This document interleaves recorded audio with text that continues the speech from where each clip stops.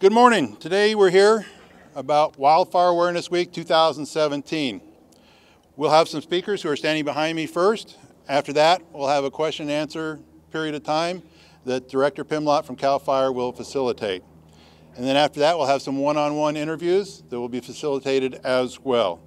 At this point in time, I'd like to introduce CAL FIRE's San Bernardino Unit Chief, Glenn Barley.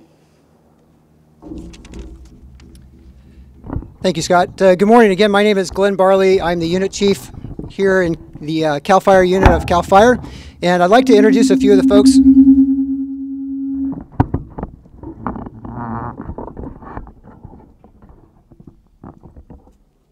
All right, I'd like to introduce a few of the folks that are here today, some dignitaries who will not be speaking, and so we want to make sure that you're aware who else here. So if you could just raise your hand as I call Chief Dan Johnson, from the Assistant Region Chief for CAL FIRE.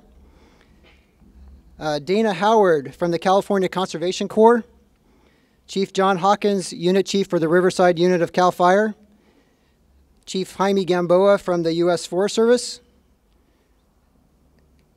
Sebastian Calderon from Senator Josh Newman's office, not sure if he's here. Gordon Gurnett from Assemblyman Steinworth's office. Mario Herrera from Assemblyman Steinworth's office as well. Jesse Lavea from Senator Hernandez's office. Henry Castillo from Senator Lavea's office. And Josh Monson from Senator Morell's office. So we have a number of folks here, and after the conference is over, you're certainly welcome to grab any of those folks and talk with them about the wildfire situation here in California. And you know, the reality is that wildfire in California is important to every Californian, not just to the folks that live in or near the wildland areas. The Blue Cut fire that we had here in August of last year is a prime example of that, where thousands, hundreds of thousands of commuters and travelers were impacted by that and had to find alternative routes to get to work every day for several days. So wildfire impacts everyone, and that's why it's so important for every Californian to be aware of the dangers of wildfire in this state and the risks that they pose, not only to those that live directly in the wildland area, but those that are impacted indirectly by those significant events. It's also important for everyone to be prepared, whether they live in or near the wildland areas and have to make sure that their home has good clearance around it, or whether there are travelers that may be impacted and have to find alternate routes to get to and from work or their destinations. And finally, it's important for every Californian to help prevent wildfire and keeping an eye out, watching for activity. As we say, if you see something, say something, and of course report any active fires. But here to tell you a lot more about all those things are a number of speakers, and the next person I'd like to introduce is Chief Jeff Frazier from the Redlands Fire Department, representing San Bernardino County Fire Chiefs. Thank you very much. It's an honor to be here. Every jurisdiction in this state faces some type of wildfire threat.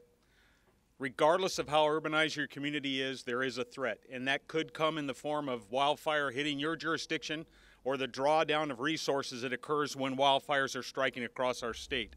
So this is a local problem as well as a county, state, and federal problem. Local government is proud to play a role in helping suppress these fires. We go to great extents to train with our partners in the U.S. Forest Service, CAL FIRE, and other county agencies. This includes the command structure, which we focus on as far as coordinating the resources that are applied to any individual fire. And we also have our line personnel conduct extensive training so that they are prepared. And finally, at the cooperator level, the agency representatives are made aware of what to expect as far as resources and reimbursement when those fires are completed. One of the most important things we'd like to emphasize is the importance of evacuations. We work very closely with our sheriff's officials and law enforcement to help during evacuations for wildfires. Ready, set, go is the mantra that we use often, and we emphasize the go. Any resident or visitor that stays in an evacuated area places firefighters in danger. You place your fellow residents in danger, and you prevent our ability to properly suppress the fire. So I hope that when they put out the word for evacuate, don't hesitate. Ready, set, go. And finally, I'd like to emphasize that in California each year we burn in excess of the area of Orange County. There's over 1,000 structures damaged or destroyed each year and multiple fatalities. It's only through the teamwork of our federal, state, local, and law enforcement officials that we're able to safely protect our community. Thank you very much.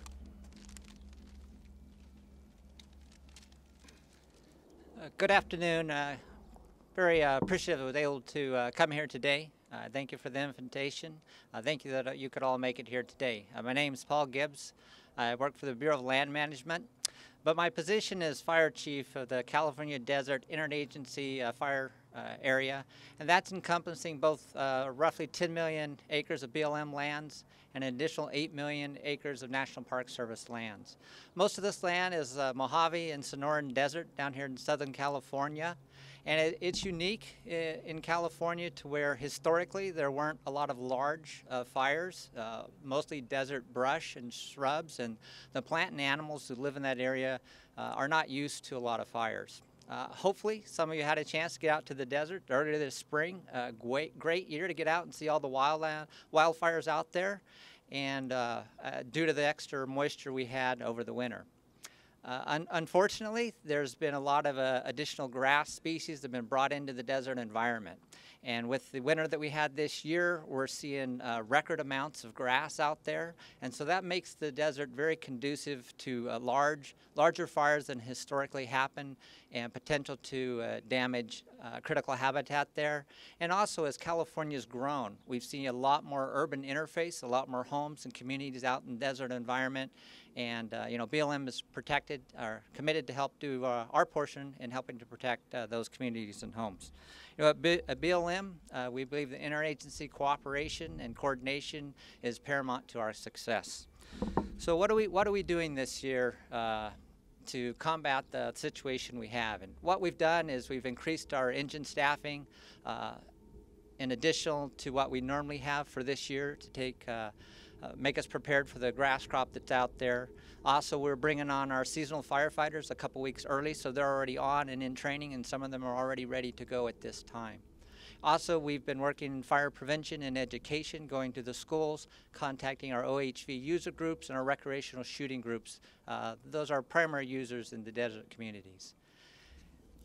But as you know, we can do all the preventive measures we want, but we'll still get fires in California. And so as BLM, we are committed to aggressive initial attack in order to help stop the fires at the smallest possible size that we can. And then also, although we work together cooperatively with all the agencies you see here and others, we really can't do this alone. We really need the public's help. We need your cooperation. It's been said the majority of fires in California are person-caused, and so that means they can be prevented. So we just ask, this year as you're out that, with the high grass, that you do not drive or park a motor vehicle in that grass. The exhaust systems from motor vehicles can easily start a fire. As you're doing your hazard reduction, mowing and trimming and disking, we ask that you do that early in the morning when it's cooler and a less risk of starting a fire. And also, if it's a windy day, then put that off for a day or two when it's not so windy out there. Also, we realize that drones are really popular, but they present a hazard to our aerial firefighters, our pilots who are really helping us out. And so just remember, if you fly, we can't. And also, if you are going to fly, we ask that you please fly responsibly and not around any of the fire areas. Would also just like to close that we really are appreciative of the cooperation that we see here in California between all the agencies.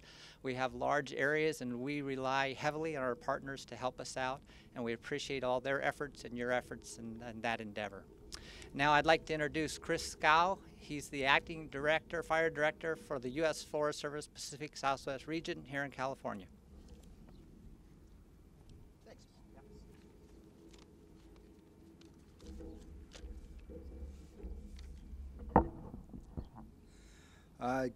Good morning and welcome to the San Bernardino Air Tanker Base. Glad to be here joining our partners for Wildfire Awareness Week. Again, my name is Chris Scow. I'm the Acting Director for Fire and Aviation Management for the U.S. Forest Service here in California. In that role, I represent 18 national forests from way up north on the Klamath and Six Rivers National Forests, down here through the Southern California area on the San Bernardino here, all the way down to the Mexican border. Those 18 national forests in California provide a great deal of value to the people of the state. A lot of our drinking water comes off the national forests. We provide a tremendous amount of recreation opportunity, wood products, forage, wildlife habitat, a lot of things California values. All those things can be threatened by wildland fire here in California. Everyone, as you've heard so far, everyone is focused on the wildfire threat.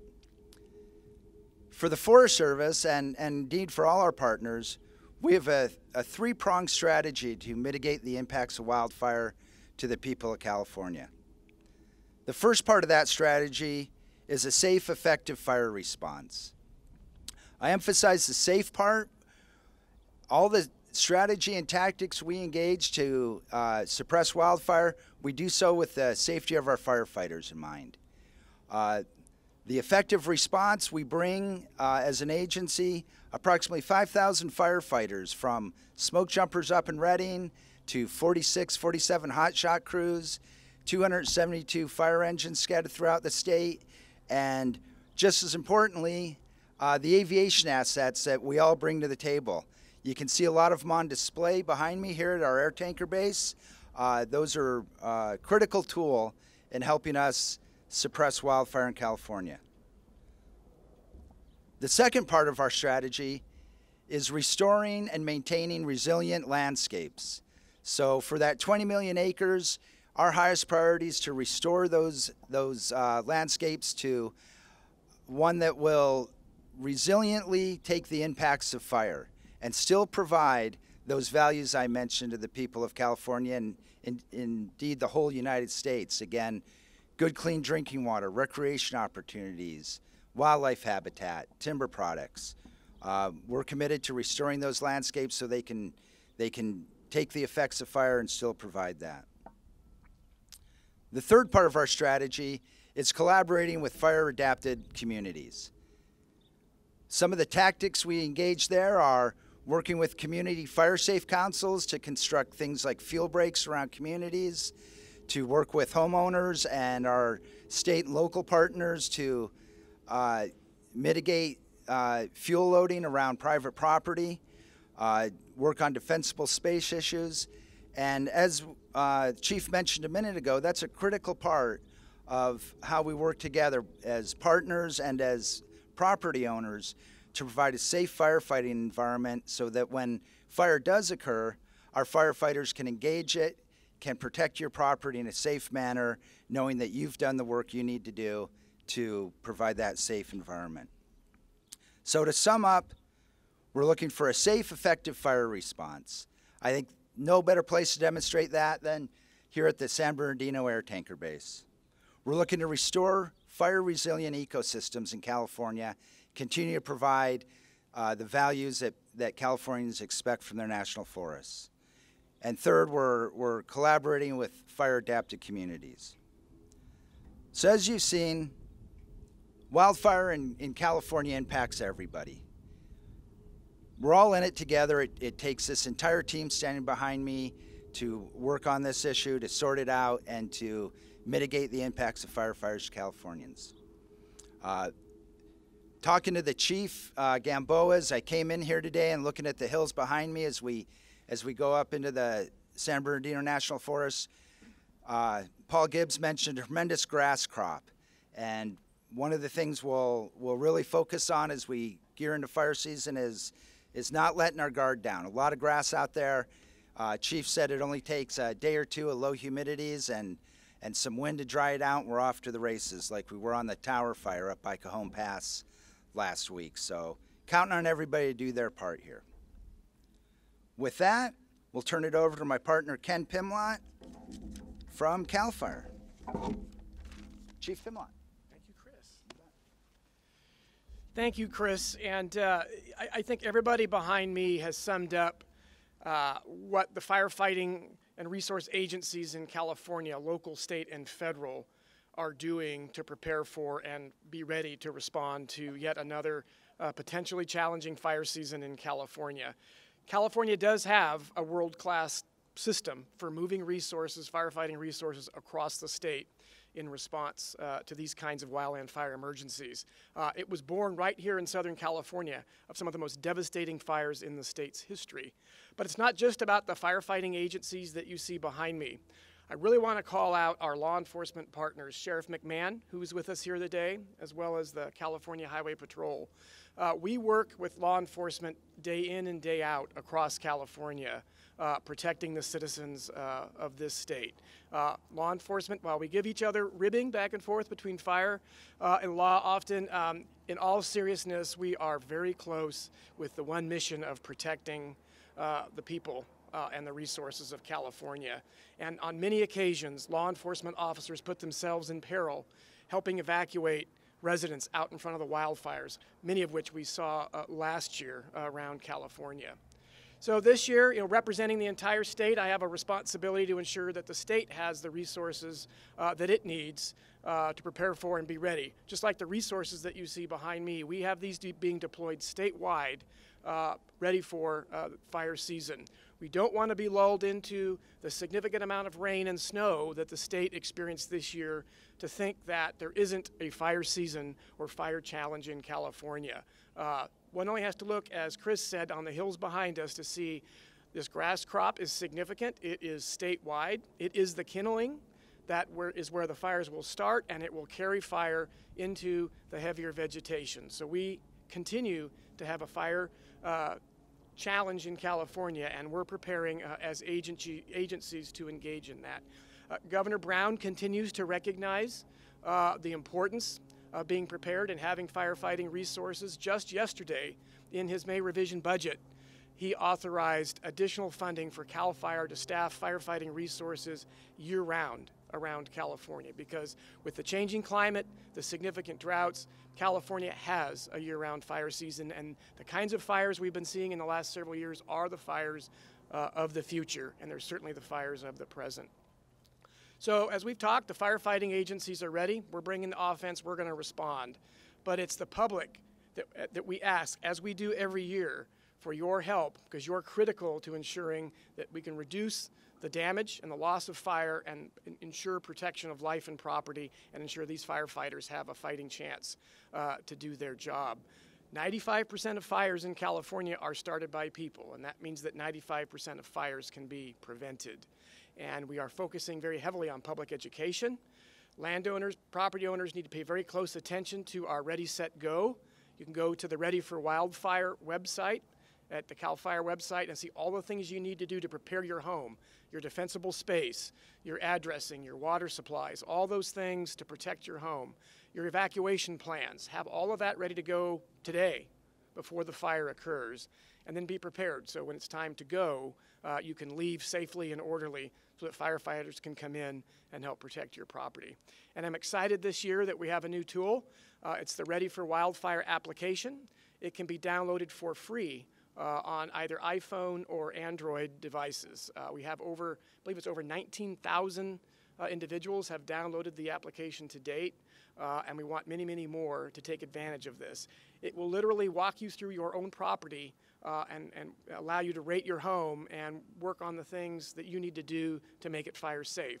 Also provides videos and provides you information on how to develop your evacuation plans. Most importantly, it has a feature that provides real-time wildland fire information for your zip code or your area, so that you will know real-time when there's a fire near your community, and you can prepare yourself, again, to evacuate if necessary. So again, in conclusion, I really want to thank everyone for participating, and I really want to encourage the public to take advantage of all the tools and materials that are available to you to make your home fire safe and to make California a fire safe and fire resilient state. So with that, we're happy to open it up to any questions.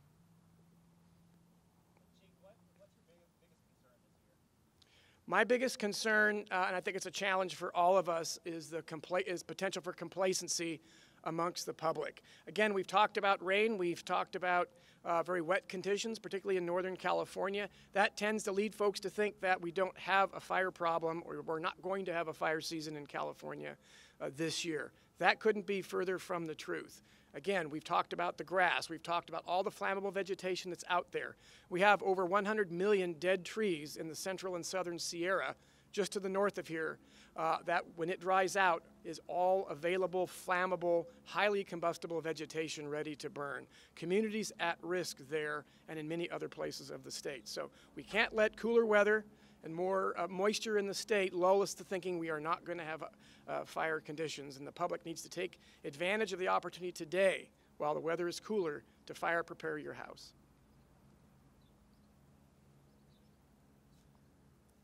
Okay. All right, thank you. And again, folks are welcome for one-on-one interviews with any of the folks behind me. Thank you again.